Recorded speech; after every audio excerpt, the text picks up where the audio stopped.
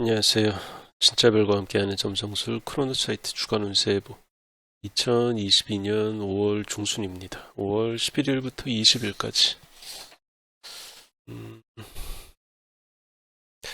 이번 주에는 5월에 핵심적인 구조들이 있어요. 개기월식이랑 목성이 백양궁에 진입하는 구조, 그리고 무시할 수 없는 화성하고 해왕성의 회합, 이런 구조들이 있어서 눈여겨볼 초순처럼 수성 역행정지 하나만 보고 가는 그런 시기는 아니고요. 어떻게 보면 그쵸. 그 초순에 수성 역행정지가 있고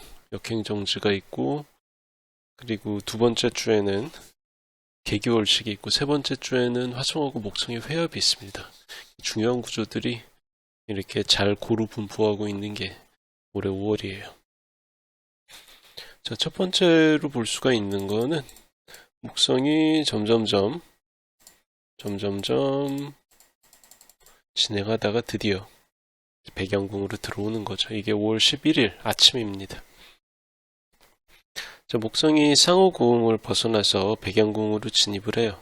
상호궁에서 벗어날 때 목성이 룰러십의 지위를 잃게 됩니다. 그래서 순행하는 목성이 상호궁에서 백양궁으로 들어갈 때는 손해라고 생각할 수도 있지만 생각보다 별로 그렇지가 않아요. 왜냐하면 상호궁은 목성이 도모사일 로드를 맡고 있긴 한데 실제로는 금성이 실소유주입니다. 실세예요, 실세. 그래서 금성이 목성에 대하여 우선권을 가지고 있는 구역이 상호궁입니다. 그래서 목성이 상호궁에서는 최종 의사결정권 같은 걸 가지고 있지는 못해요. 그래서 약간 좀 나쁘게 말하면 금성이 얼굴마담 역할을 하는 게 목성입니다. 그런데 비해서 백양궁 같은 경우에는 목성이 적당히 트리플리시티 로드로 물러나 있기 때문에 말하자면 백양궁의 지배자인 화성이나 태양한테 그렇게 터치를 안 받아요. 그런 점에서는 부담이 없다는 점에서 백양궁이 목성한테는 좀 더 편할 수 있습니다. 거기에 비해서 상호궁은 실권은 별로 없는데 책임은 많이 져야 되는 위치거든요. 네, 그런 어른들의 사정이 좀 있습니다. 게다가 그 상호궁의 특징이 뭐냐, 후반에 그 흉성들의 텀이 엄청 길어요. 무려 11도입니다. 3분의 1 이상이에요. 3분의 보통 이렇게까지는 아닌데 특히 화성의 영역이 엄청나게 큽니다. 얘가 지금 9도를 잡아먹고 있죠. 그래서 쌍호궁이 금성하고 화성이 노는 영역이라고 보는 거고 목성은 거기에 비해서 지금 몇 도에 4도밖에 없습니다. 텀상으로. 그러니까 목성의 실권 이런 게 그렇게 크지가 않아요. 쌍호궁에서는. 어쨌든 쌍호궁 후반에 들어왔을 때 목성이 흉성 텀 영역 11도를 지나면서 이게 되게 길거든요. 이 구간을 지나오면서 좀 고생을 하고 특히 쌍호궁 지금 현재 마지막 도수에 위치한 게 계속 지금 얘기 나오고 있었던 순융성인 쉐아트거든요.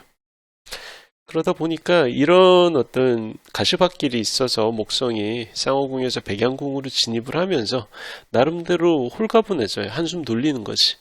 그러니까 자기가 책임자를 맡고 있는 자기가 명목상 우두머리를 맡고 있는 쌍호궁임에도 불구하고 되게 부담스러워 하다가 나가고 나니까 한숨 돌리는 거예요. 이런 게 알게 모르게 있습니다. 그 점성술 아시는 분들도 초급, 중급 정도에서는 이거를 잘 몰라요. 이게 좀 경험이 쌓여야 알 수 있는 부분이에요. 자, 목성은 올해는 7월 말에 7월 29일인가? 그때 역행을 시작합니다. 그래서 다시 백양궁에서 백해서 10월 말에서 12월 중순까지 잠깐 쌍호궁 후반으로 다시 진입을 합니다. 쌍호궁 후반으로 진입을 해서 다시 흉성 텀에서 놀게 되는 거죠. 그래서 다시 또 부담스러운 그런 구간을 가게 되지만 그래도 앞으로 요약해서 말하면 1년 정도는 백양궁에서 머물게 되는 거죠. 목성은 보통 1년 동안 한 궁에 머물기 때문에 스타임로드가 목성인 분들은 백양궁 앞으로 1년 동안 큰 책임이나 부담을 지지 않는 상황에서 안정적이고 묵묵하게 자기 일을 추진해 나갈 수가 있습니다. 그러니까 예를 들자면 어떤 사람이 이제 직장을 그만두고 자기 식당을 오픈할 생각으로 당연히 이런저런 준비를 하겠죠. 자리도 보러 다니고 자기가 이제 메이저로 두게 될 그런 종목에서 어떤 견식도 쌓아야 되고 그럴 거 아닙니까? 근데 마침 친척이 운영하는 자기가 생각하고 있는 동종업계 식당이 있어. 근데 그런 식당에 친척이 사장으로 있는 거지. 그럼 친척한테 부탁해서 일을 배울 수만 있다면 되게 큰 부담 없이 일도 배우고 돈도 좀 벌고 그럴 수가 있겠죠. 물론 이제 사업을 시작한 게 아니기 때문에 본격적으로 큰 돈은 벌지는 못하겠죠. 백양궁에서 목성의 위치라는 게 이 정도예요. 되게 큰 걸 노려볼 수는 없지만 그래도 큰 스트레스 없이 생계도 유지하고 향후에 내가 좀 더 잘 될 수 있는 계획을 착착 진행시킬 수가 있습니다. 나쁘지가 않아요. 이렇게 부담 없다는 점이 참 좋습니다. 그래서 백양궁 목성을 가진 분들이 그거를 잘 활용하면 사회적으로 탄탄한 역할을 가지고 존경받고 많은 사람들한테 좋은 영향을 미치면서 그렇게 지낼 수가 있어요. 그렇기 때문에 이렇게 트랜짓상으로 목성의 백양궁에 진입한 것도 그런 맥락으로 받아들일 수가 있습니다. 타임로드 목성인 분들은 약간 좀 아까도 말씀드렸지만 자기 의사결정권에 비해서 더 큰 책임과 부담을 갖고 있는 상황에서 허덕허덕 대다가 어느 정도는 그 책임을 면하면서 백양궁에 들어가면서 좀 더 편해질 수 있을 거예요. 자, 5월 15일에는 금성이 알페라츠, 안드로메다 자리 알파성이죠. 알페라츠랑 5월 15일에 금성이 회합을 이룹니다. 자, 이거는 어떤 상황이냐?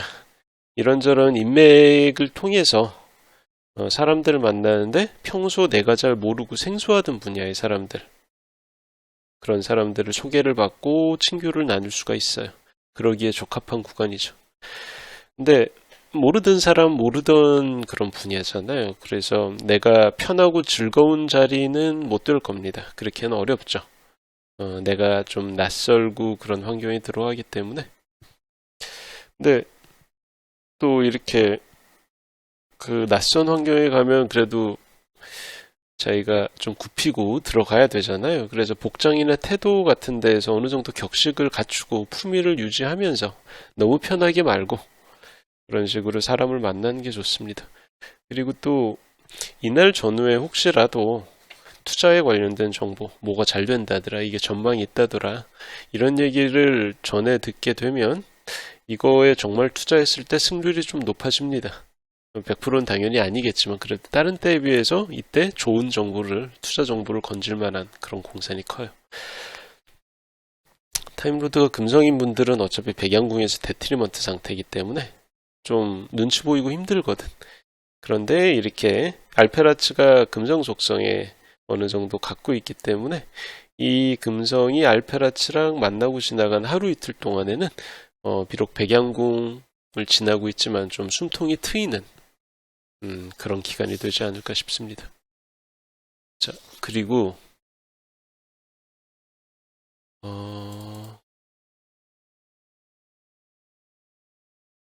5월 16일에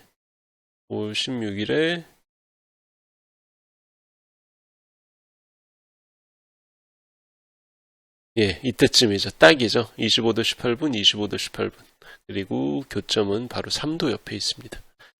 개기월식 5월 16일 오후에 청갈궁 25도 18분에서 태양과 달이 마주보면서 만월을 이루는데 만월이 교점 근처, 교점이란 건 황도하고 백도가 만나는 지점. 그러니까 얘네들이 경도상으로만 만나는 게 아니고 위도상으로도 만나는 그런 때입니다. 이거를 일식, 월식, 식이라고 하죠.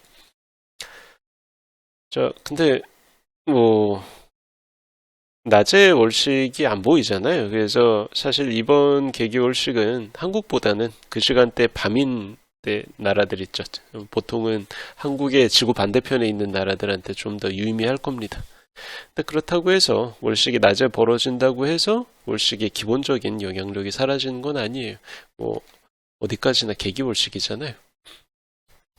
그래서 타임로드가 루미너리인 분들 중에서 출생 천궁도 주요 감흥점이나 행성이 고정궁 22도에서 28도 사이 위치한 분들은 이때 남의 일이 아니고 자기 일상에서 큰 변화를 겪을 수가 있습니다.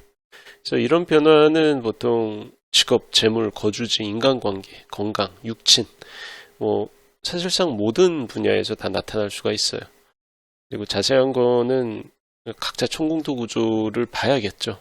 왜냐하면 이거는 루미너리 자체가 색깔이 없고 어느 한 분야로 집중이 되지 않는 그런 행성들이기 때문에 이거는 정말 각자 총공도에 달려 있습니다. 그런 거를 꼭 집어가지고 어느 쪽이다고 얘기할 수는 없지만 그나마 공통적인 구조가 뭐냐면 어머니나 아내, 여자 형제처럼 내 주변에 있는 중요한 여성 가족들, 여성 육친들 이런 사람들이 갑자기 질병이나 사고를 겪기 쉽다. 그래서 그런 점에서 주의를 요하는 그런 시기입니다. 그리고 이번 개기월식은 극대암점이 발생하는 그런 구간이 좀 길기 때문에 앞뒤로 한 4주에서 6주 정도는 영향력이 지속될 것 같아요. 물론 일식만큼은 아니죠. 일식은 막 몇 개월 연 단위로 지속이 되거든요. 일식하고 비교할 수는 없지만 어쨌든 월식도 단순히 전후 며칠 정도가 아니고 앞뒤로 길게 영향을 미친다 라고 생각할 수가 있습니다.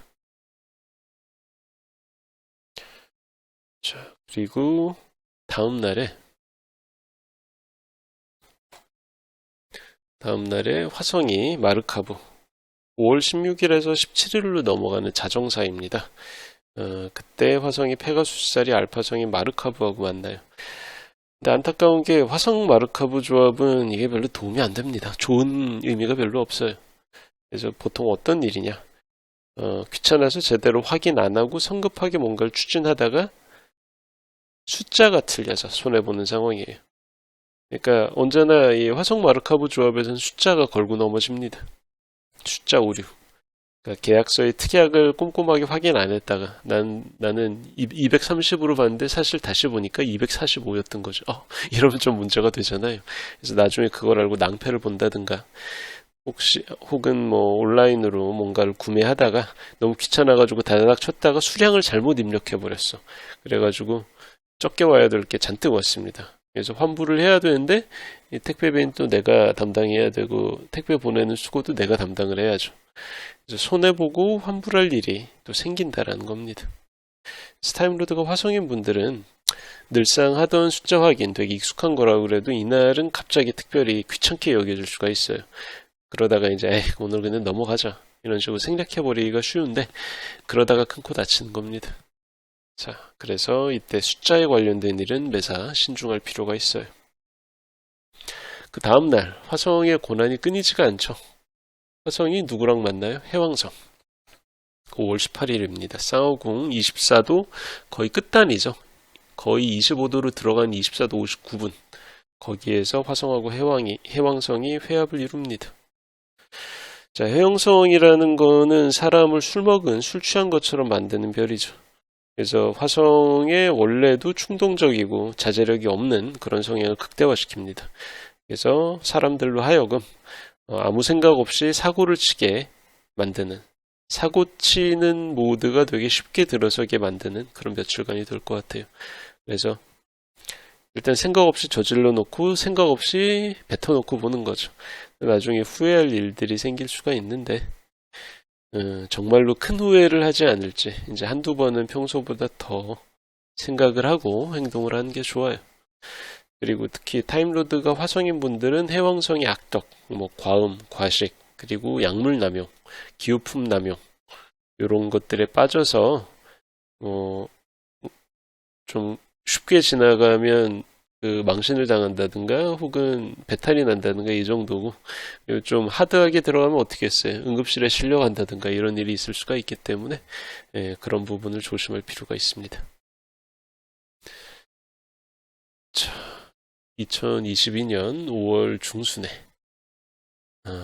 크로노사이트 주간 운세 본 여기까지 하겠습니다. 감사합니다.